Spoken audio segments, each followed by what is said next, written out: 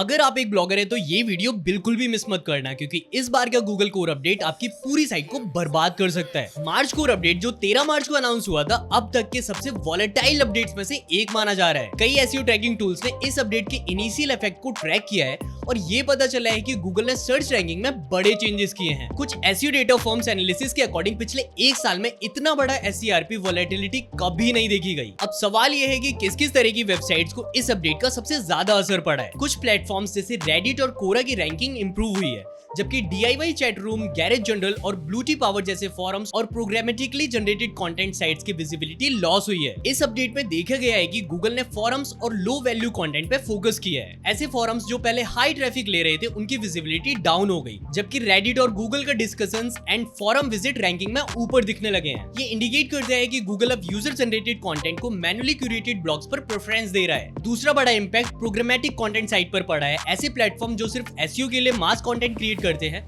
जैसे कि ब्लूटी पावर, उनकी रैंकिंग गिरी है। ये अपडेट सिर्फ एक स्पेसिफिक नीश को टारगेट नहीं कर रहा, बल्कि रिटेल, गवर्नमेंट, फॉरम्स और कंटेंट पब्लिशर्स तक को अफेक्ट कर रहा है। अगर आप भी एक ब्लॉगर हैं और आपकी साइट की ट्रैफिक गिर रही है, तो ये समझना जरूरी है कि गूगल अब ओरिजिनल और हाई वैल्यू कंटेंट को प्रेफरेंस दे रहा है। आपको अपनी कंटेंट स्ट्रेटजी अपडेट करनी होगी, एआई जनरेटेड या थिन कंटेंट से बचना होगा और high quality well research blog लिखने पर फोकस करना होगा। ये अपडेट अभी भी रोल आउट हो रहा है, तो फाइनल इंपैक्ट समझने के लिए हमें थोड़ा और वेट करना पड़ेगा। ऐसी और अपडेटेड वीडियोस के लिए लारापुस को सब्सक्राइब कर लो।